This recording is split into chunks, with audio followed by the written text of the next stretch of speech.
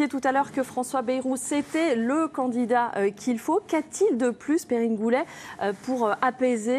Qu'a-t-il de plus que Michel Barnier?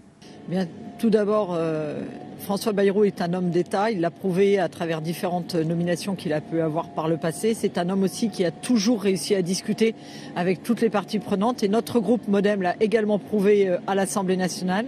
C'est un homme également de territoire. Il connaît très bien les territoires et notamment ceux qui en ont le plus besoin. Et puis enfin, il a été au plan depuis plusieurs années, donc il a une vision pour le pays que je pense qui est très nécessaire aujourd'hui parce que c'est ce qu'on manque parfois, c'est-à-dire se projeter à long terme pour notre pays. Donc François Bayrou a toutes les qualités pour être un très bon Premier ministre.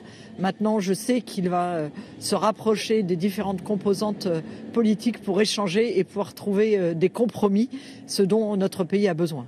Perrine Goulet, maintenant, avec qui va-t-il gouverner? Des ministres de gauche ou de droite? Écoutez, je pense qu'il faut arriver à gouverner avec tous ceux qui le souhaitent.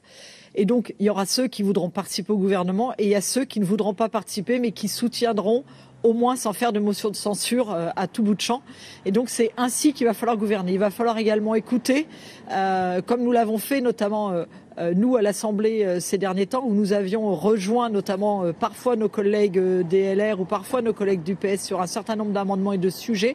Nous étions capables de le faire à l'Assemblée nationale. François Bayrou est de cette veine du compromis, donc je sais qu'il saura le faire et qu'il faudra donc aller chercher des majorités en fonction des textes. Et plutôt que de chercher toujours ce qui nous divise, il y a tout un tas de mesures que nous souhaitons porter en commun.